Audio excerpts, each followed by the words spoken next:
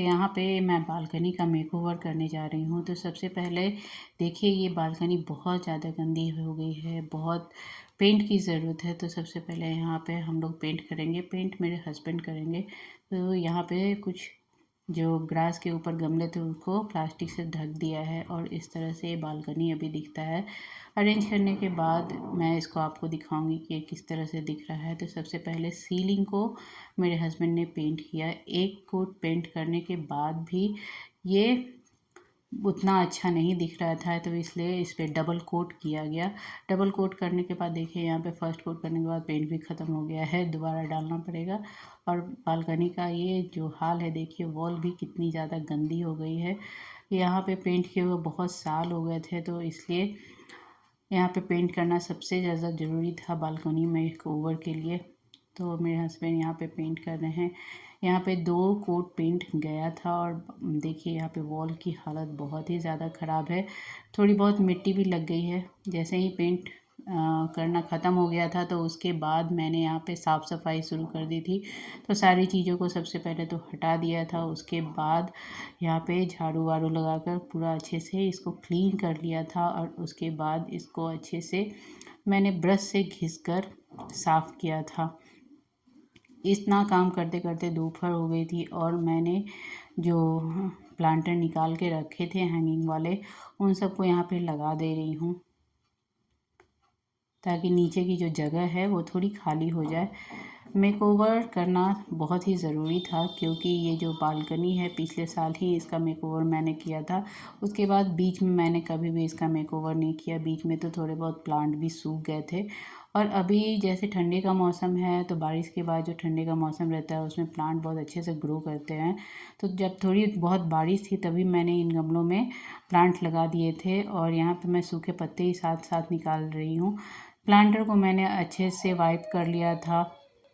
Wipe करने के बाद ये प्लांटर भी बिल्कुल नए जैसे चमकने लगे थे। उसके बाद बारी आई थी यहाँ पे जो ग्रास था उसको क्लीन करने की। तो सबसे पहले प्लास्टिक हटा दिया, उसको एक साइड कर दिया। फिर बाकी के जो भी प्लांटर थे उनको मैंने नीचे रख दे रही हूँ एक एक करके। यहाँ पे मैं बीच में नहाने चली गई थी, नहाकर लंच वंच कर लिया। उसके बाद ये ब्रेक के बाद का काम है और ये सारी चीज़ें हटाकर मैं पहले ग्रास को क्लीन करूँगी अच्छे से। मैं इसे वॉश नहीं करूँगी क्योंकि ये बाहर का एरिया है, वॉश करने के बाद थोड़ा जल्दी से गंदा हो जाता है। तो मैं क्या करूँगी, इसकी पूरी अच्छे से डस्टिंग कर दूँगी और उसको थोड़े गीले कपड़े से पोंछ दूँगी। डस्टिंग करने से भी ये बहुत अच्छे से क्लीन हो जाता है। तो इस तरह से मैंने अच्छे से इसको ग्रास को क्लीन कर लिया था। उसके बाद फिर से इसे अच्छे से बिछा दिया है। इसके नीचे मेरा जो सिलेंडर है वो रहता है। उसके बाद एक एक करके मैंने सारी चीज़ों को अच्छे से सफाई कर ली। सारी धूल मिट्टी जो भी थी वो गीले कपड़े से साफ़ करके मैंने हटा ली और उसके बाद एक एक करके उसको अच्छे से अरेंज करके लगा दिया। तो ये मेरा एक स्टैंड है जो पहले मैं किचन में यूज़ किया करती थी, बाद में मैंने इसे बालकनी में यूज़ करना शुरू कर दिया था। तो इस तरह से गीले कपड़े से पोंछने से जो भी ऊपर के ग्रास के ऊपर डस्ट था वो बिल्कुल ही अच्छे से साफ़ हो गया था और इस तरह मैंने सब अच्छे से क्लीन कर लिया था। इसके बाद जो भी प्लेट थे जो कि गमलों के नीचे रखे रहते थे उसमें भी थोड़ी बहुत मिट्टी लगी रहती है, तो उसको भी मैंने गीले कपड़े से अच्छे से वॉश कर दिया था।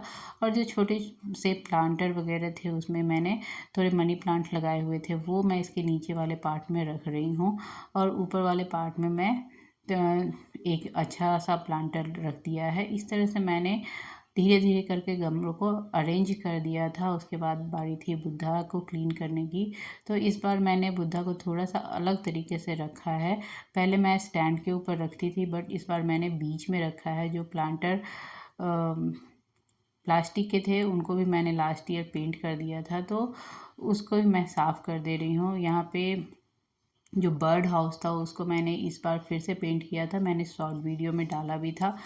तो उसको मैं इस बार ऊपर रख रही हूँ और जो एलिफेंट वाले प्लांट है उसमें मैं प्लांट नहीं लगाऊंगी क्योंकि ऊपर में पानी देना थोड़ा सा डिफ़िकल्ट हो जाता है। तो इस तरह से नीचे का जो पार्ट है वो अच्छे से साफ़ हो गया है, अरेंज हो गया है। तो यहाँ पे जो भी चीज़ें हैं छोटी मोटी बची हुई उसको मैं रख दे रही हूँ। तो पहले मैंने यहाँ पे उसके बाद जो नीचे का एरिया था उसको मैं ब्रश से अच्छे से रगड़ कर अच्छे से क्लीन कर रही हूँ। बहुत ही ज़्यादा मिट्टी मिट्टी और गंदा हो गया था, तो इसको मैंने बाद में शैम्पू डालकर इसको अच्छे से क्लीन कर दिया था। पहले मैं इसकी मिट्टी हटा ले रही थी ताकि जो मिट्टी है वो हट जाए, उसके बाद मैं शैम्पू से अच्छे से क्लीन करूँगी। तो इस तरह से मैंने पूरा वॉश एरिया क्लीन। उसके बाद आती है डेकोरेशन के लिए कुछ बनाने की। तो यहाँ पे मैं बनाने जा रही हूँ मशरूम। तो यहाँ पे मैंने वॉल पुट्टी ली है, थोड़ा सा फेविकॉल लिया है। मेरे पास कुछ पाइप थे पुराने, वो बचे हुए, उसको मैंने इस तरह से कट कर लिया है। तो यहाँ पे मैं पुट्टी में थोड़ा सा फेविकॉल, थोड़ा सा पानी मिलाकर इसको एक पेस्ट बना रही हूँ। और जो दिए मिलते हैं गोल वाले, मैंने उसको वॉल पुट्टी भरकर ये जो पाइप है उसको अच्छे से फिक्स कर दिया है, ताकि पाइप जो है बिल्कुल भी हिले नहीं। इस तरह से ये ड्राई हो गया है। और जब पुट्टी थोड़ी सी बच गई थी तो आप देख रहे हैं पीछे वाले गमलों में मैंने उस तरह से डिज़ाइन बना दिया था, उसको मैं बाद में कलर कर दूंगी। तो इस तरह से वॉल पुट्टी से आप डिज़ाइन भी बना सकते हैं। तो मेरी जब वॉल पुट्टी बच गई थी तो मैंने दूध के पैकेट जो आते हैं उसमें भर के इसको मेहंदी की तरह से ऐसा डिज़ाइन बना दिया था। तो एक में मैंने बटरफ्लाई बनाया था, दूसरे में मैंने पीकॉक बनाया था, जो कि आपको बाद में दिखेगा भी। तो यहाँ पे देखिए पूरा अच्छे से ड्राई होने के बाद ये मशरूम है उसको मैं पेंट कर दूँगी। यहाँ पे मैं रेड कलर का मशरूम बना रही हूँ। तो मशरूम बनाने के लिए यहाँ पे ऊपर से दियों को अच्छे से पेंट कर दिया है। और देखिए ये जब ड्राई हो गए थे तो मैंने इसमें अच्छे से डॉट लगा दिया था वाइट कलर से। इस तरह से मशरूम अच्छे से रेडी हो गए थे और डेकोरेशन के लिए एक पीस बन गया था। तो इस तरह मैंने बहुत सारे मशरूम बना लिए थे, पहले से भी मेरे पास कुछ थे और इस बार भी मैंने बना लिए थे। तो ये देखिए कितना सुंदर डेकोर बन गया था। उसके बाद जो प्लास्टिक के गमले थे उनको मैंने वाइप तो कर दिया था, बट फिर भी वो बहुत ज़्यादा अच्छे नहीं दिख रहे थे, तो इसलिए मैंने उसे पेंट कर दिया था। तो पेंट करने के बाद वो बिल्कुल ही अच्छे से नए लग रहे थे, बिल्कुल चमक गए थे। तो इस तरह से अगर आपके पास भी कुछ पुरानी चीज़ें हैं उसे आप पेंट करके आराम से चमका सकते हैं। इन सबको भी बचे खुचे जो पेंट बचे रहते हैं उनसे आप आराम से अच्छा सा लुक दे सकते हैं गमलों को। उसके बाद जब गमले पेंट हो गए तो मैं आ गई हूँ यहाँ पे क्लीन करने। ये पूरा काम मैंने एक दिन में नहीं किया है, क्योंकि बच्चों की छुट्टियाँ चल रही थी दशहरे में और मुझे बहुत ज़्यादा टाइम नहीं मिलता था। तो जब भी टाइम मिलता था मैं उसको आकर क्लीन करने लग जाती थी। तो सबसे पहले मैंने यहाँ के कबर्ड को अच्छे से अंदर से क्लीन कर दिया, जो भी सामान था उसे अच्छे से फिर से अरेंज कर दिया। तो ये काम भी ख़त्म हो गया। उसके बाद जो गमले आते हैं ना पुराने, जो नर्सरी से आते हैं, उन गमलों को मैंने यहाँ पे पेंट कर दिया है। यहाँ पे मैंने रेड कलर से पेंट कर दिया है और फिर ब्लैक कलर के मार्कर से ये डिज़ाइन बनाया है। ये ब्लैक कलर का मैंने शेप बनाने की कोशिश की थी, बट ये शेप मुझे ब्लैक कलर में अच्छा नहीं लग रहा है, तो मैं इसे वाइट कलर में बना दूँगी। और यहाँ पे मैंने डेकोरेशन के लिए कुछ हनी बी, कुछ लेडी बग बनाए थे। तो यहाँ पे मैं लेडी बग को थोड़ा सा और कलर कर रही हूँ, आगे का जो ब्लैक वाला पार्ट रहता है वो कलर कर रही हूँ। तो उस तरह से ही मेरा डेकोर का एक और आइटम रेडी हो गया है। तो मेरा बालकनी डेकोर का जो भी आइटम था मैंने अपने से अच्छे से बना लिया था टाइम ले लेकर। तो इस तरह से यहाँ पे मैं जो लेडी बग है उसमें डॉट्स बना रही हूँ और इस तरह से मैंने कुछ लेडी बग्स बना लिए थे।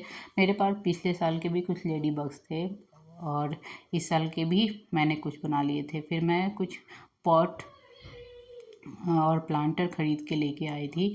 तो यहाँ पे मेरे जो प्लांटर खाली थे मैं उसमें इन सबको लगा दूँगी। और इस तरह से जो भी बचा हुआ प्लांटर था वो भी अच्छे से ग्रीन ग्रीन हो गया है। मैंने ज़्यादा फ्लावर वाला प्लांट नहीं लगाया, बस एक पिटूनिया का प्लांट लेके आई थी। बाकी जो भी थे वो शो प्लांट थे, क्योंकि नीचे में बहुत ज़्यादा धूप नहीं आती है, इसलिए जो फ्लावर वाले प्लांट है वो यहाँ पे ज़्यादा रह नहीं पाते हैं। बहुत हल्की सी धूप आती है, सिर्फ सुबह के 2-3 घंटे ही धूप आती है। और जो साइड वाला पार्ट है उसमें तो बिल्कुल भी धूप नहीं रहती, शाम के टाइम में आती है। तो इसलिए जो भी फ्लावर वाले प्लांट है वो यहाँ पे नहीं रह पाते, इसलिए मैंने इस तरह से अरेंज कर दिया था। फिर आती है बाकी क्लीनिंग करने की। तो जो टाइल्स था उसको मैंने अच्छे से क्लीन कर दिया था और अब है डेकोरेशन का टाइम। तो यहाँ पे मेरे पास ये स्टोन थे जो कि मैंने अमेजोन से मंगाए थे। लास्ट ईयर के जो भी स्टोन थे वो मैंने गमलों में यूज़ कर लिए थे। तो इस बार के जो भी स्टोन मैंने मंगाए थे उसको इस तरह से ग्रास के ऊपर लगा दिया था और ग्रीन और वाइट का कॉम्बिनेशन बहुत ही अच्छा लगता है। तो इस तरह से ये बहुत ही अच्छे से हो गया था। और मेरे बच्चों के कुछ खिलौने बचे हुए थे जो कि मैं डेकोर के लिए यूज़ कर ली थी। यहाँ पे मैं लास्ट ईयर ही बटरफ्लाई लेके आई थी डीमार्ट से, और ये सिर्फ 49 का ही ये 8 पीस था। और उसके बाद जो मैं आपको बता रही थी कि मैंने गमले में मुझे वो वाइट वाले शिप चाहिए थे, तो उसको मैंने अच्छे से कलर कर लिया है और वो भी यहाँ पे रेडी हो गया है। तो इस तरह से मेरी सारी चीज़ें रेडी हो गई है। अब है फाइनल लुक की बारी। तो यहाँ पे मैं उसको फाइनल लुक दे रही हूँ। शिप को मैंने 2 बार पेंट किया था, एक बार पेंट करने से वो अच्छा नहीं दिख रहा था, तो मैंने उसको 2 बार पेंट किया। और अब देखिए ये फाइनल लुक। तो इस तरह से मैंने बटरफ्लाई को भी लगा दिया है और कितना सुंदर दिख रहा है।